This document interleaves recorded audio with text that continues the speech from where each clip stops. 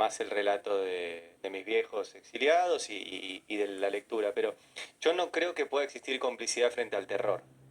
Parece que es una discusión que se dio mucho de si la sociedad argentina avaló o no avaló las políticas económicas de la dictadura. Como creo que se va a discutir hoy si se avala o no se avala las políticas económicas de Milei.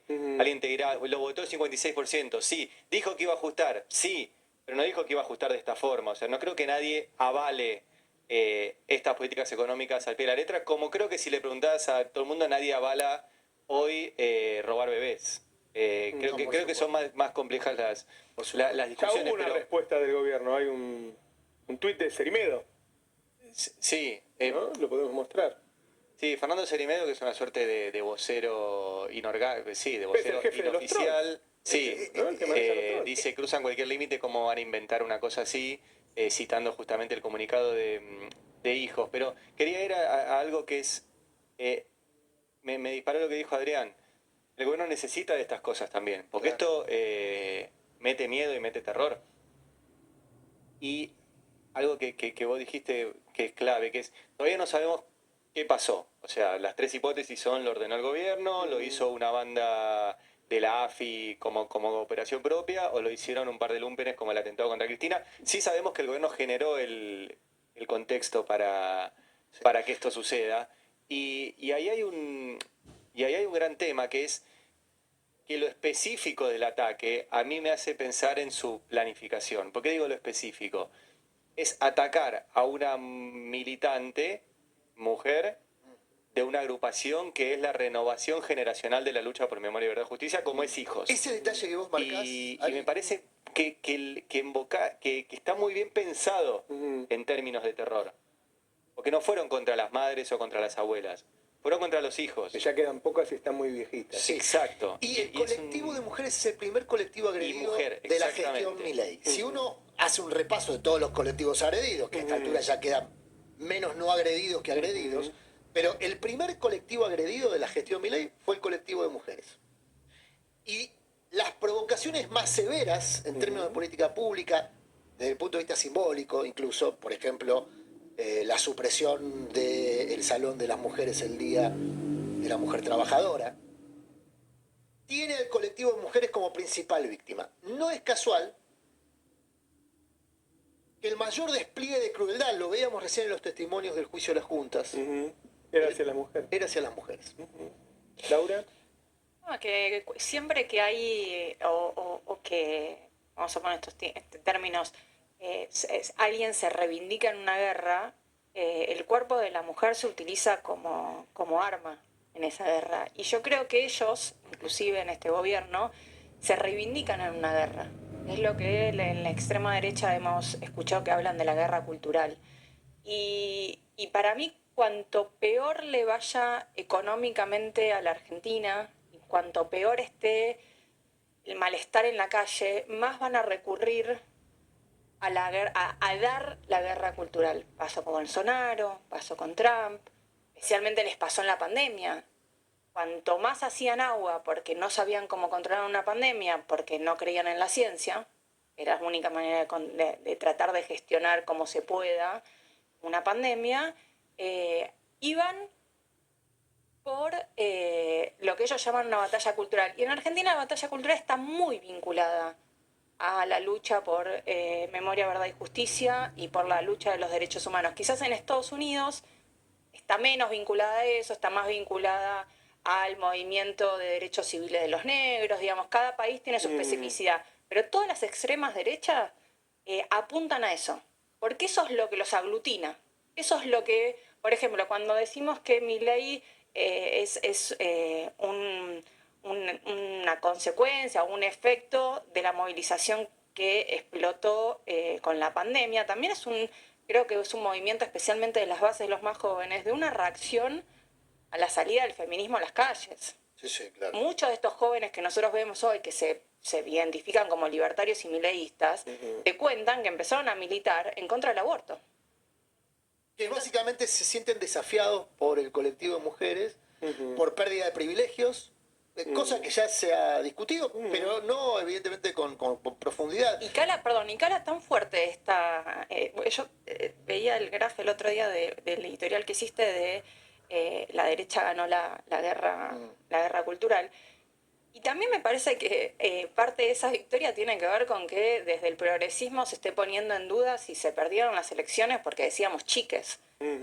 ¿Entendés? O sea, obviamente no es la peor parte de lo que estamos viendo, pero se legitimó tanto ese corrimiento que estamos empezando a poner en duda cosas que la verdad uno puede estar hacer ciertas críticas, entender que los procesos no son lineales, que a veces se avanza y se retrocede un poco, pero plantear que se perdieron las elecciones por eso, Claro. plantear que la reformulación del peronismo y del progresismo tiene que venir de esa parte, bueno, eso es parte de perder esa batalla o de estar perdiendo ciertas batallas dentro de la guerra cultural, creo yo. No perdamos de vista que en esta campaña explícitamente se puso en cuestión el consenso democrático en Argentina. De hecho, acá se dijo, el balotaje es un plebiscito sobre el consenso del 83. Y se perdió. Y se perdió. Y fue explícito, lo dijeron en los debates, con 50 puntos de rating, lo dijeron en las entrevistas, lo dijeron en las redes, mandaron a decirlo a los trolls. Con lo cual ahí también creo que hay que hacer una introspección un poco más profunda.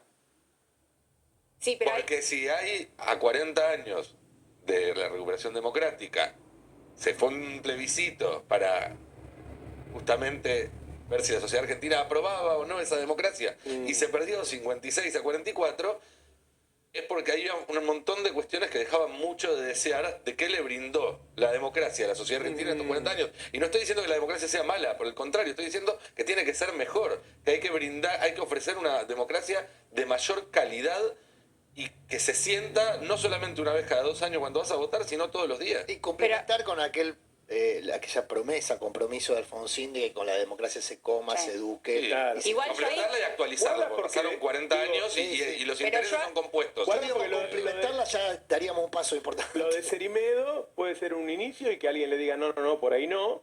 Claro. O puede ser que ellos se comporten de esta manera y en vez de salir a repudiar o a decir que van a Supuesto. investigar, Pongan en duda. sigan lo pongan en duda, manden sus trolls a las redes a atacar, entonces directamente ya sería el inicio de un camino de violencia de Estado que sabemos cómo empieza, de una manera horrorosa, y no sabemos cómo termina. Yo No quiero recordar spoilearte algo la ya que... respuesta a esa pregunta, pero ayer el gobierno propuso para la Corte Suprema al socio en un estudio jurídico del hijo del ministro del Interior de la dictadura.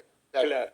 Pero yo acá vengo a traer creo que nos viene bien esta mañana, un dejo de esperanza. Bueno, Que es, me quedo con un poco el aprendizaje que nos dejó Brasil en los últimos años. A ver, Bolsonaro ganó después de ser el diputado que en la sesión de juicio político a Dilma reivindicó en su voto Al torturador. de Dilma Rousseff. Y ganó así, o sea, más, como vos decís, más claro a quién se estaba votando era imposible. Y se construyó una reivindicación de la dictadura y una destrucción del consenso democrático durante los 4 años de Bolsonaro. Y aún así, yo creo que de a poco se está reconstruyendo. Lo que quiero decir es, hay que salir, hay que dar la batalla, porque No, no está todo perdido No, y ni se hablar. puede reconstruir. Es difícil y justamente si estamos reconociendo que ellos ciertas batallas culturales las están ganando, bueno, yo creo que el 24 también tiene que ser eso. Bueno, es muy El importante 8 de marzo fue eso. Es muy importante cómo se reacciona a esto.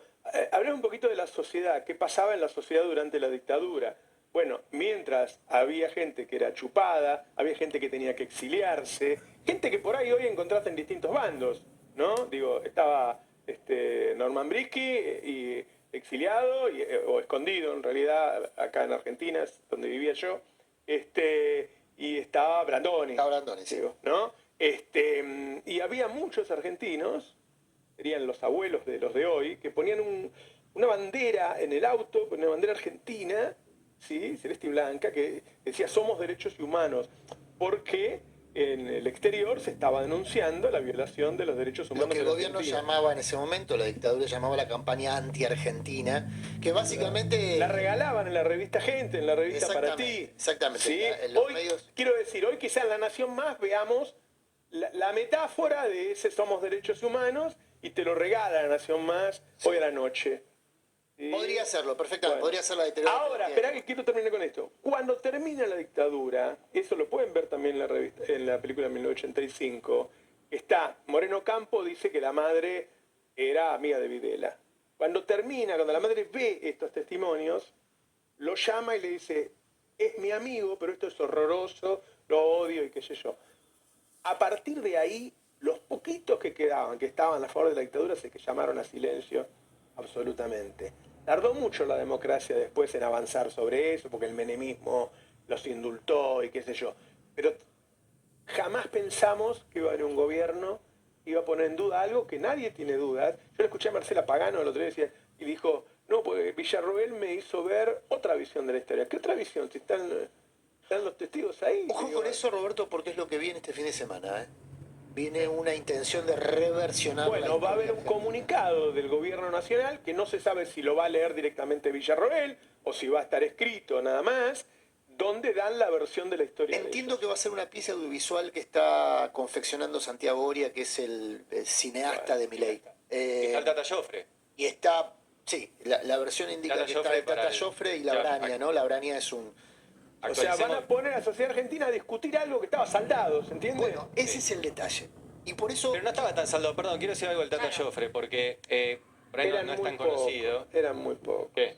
Los que podían diferir en ese momento. No, por eso, Los pero quiero 80 de Alfonsín. quiero contar quién es el Tata Joffre. Sí. Era periodista, pónganle, después Menem lo puso a cargo de la CIDE durante un tiempo, y él hizo muy redituable su paso por la CIDE, pues se choreó un montón de archivos de inteligencia que después vendía a medios de comunicación a través de Fabián Doman y otros que también andan dando vueltas, y lo vendía para hacer notas. Pero Y como no viene fue tan... sacando libros desde hace Pará, 30 por eso, años, como no ¿no? fue tan redituable lo de las notas, empezó a hacer libros, ¿sí? Con los archivos de la CIDE. Y en esos libros uno que a mí me interesó mucho, que se llama Fuimos Todos. Y ese Fuimos Todos... no fue ninguno, ¿no? Claro. Exacto. Él tiene... hay uno que se llama Nadie Fue y otro que se llama Fuimos Todos. Claro. Y en el Fuimos Todos lo que hace es justamente eso, no fue nadie. Y ahí hay un trabajo... Por eso estos son capas que se van sedimentando muy fuerte. Hay un trabajo muy fuerte de las editoriales que le dan lugar a ese tipo de libros y los ponen adelante en las vidrieras y empiezan a instalar esto, que es la misma editorial, curiosamente, que le hizo el libro a Victoria Villarroel. O sea, usted me dice teoría conspirativa. No, hay gente trabajando hace mucho tiempo Bueno, para si yo volver tengo a una instalar en la editorial, yo Argentina. no publico un libro Y no, negacionista. justamente. No. Y yo soy el editor responsable, yo decido lo que publico y lo que no publico. Pero lo que pasa es que lo que se ha vuelto políticamente correcto hoy en la Argentina es lo que hasta hace pocos años atrás era marginal en términos no solamente de narrativa, en términos de lo ético y históricamente aceptable. Hoy un intelectual de cabecera del gobierno en la Argentina es Nicolás Márquez, que es uno de los autores de libros negacionistas, neta y nítidamente negacionistas en la Argentina. Yo no suelo tener demasiada estima por los intelectuales, pero me parece que a Márquez le queda grande la palabra. Sí, sí, lo que sea, pero para Milei es una referencia, para Villarroel es una referencia. Entonces, para los que gobiernan hoy, son una referencia. Y vuelvo un poquito más atrás en los pasos. Una figura como Eduardo Feynman, ustedes son muy jóvenes, Roberto lo va a recordar, era una figura marginal en el sistema de medios de la Argentina. ¿Por qué? Porque reivindicaba el accionar criminal del Estado. Y lo hacía desde el presente, cuando celebraba, por ejemplo, el asesinato sumario de una persona sospechosa de haber cometido un delito, el famoso uno menos. No, Feynman se hizo famoso así, y era un marginal. No había consenso social respecto a ese tipo de discurso. Claro. Hoy es el líder del prime time en la Argentina. El nivel de... Primera mañana de Radio Mitre. Bueno, por y eso. prime time de la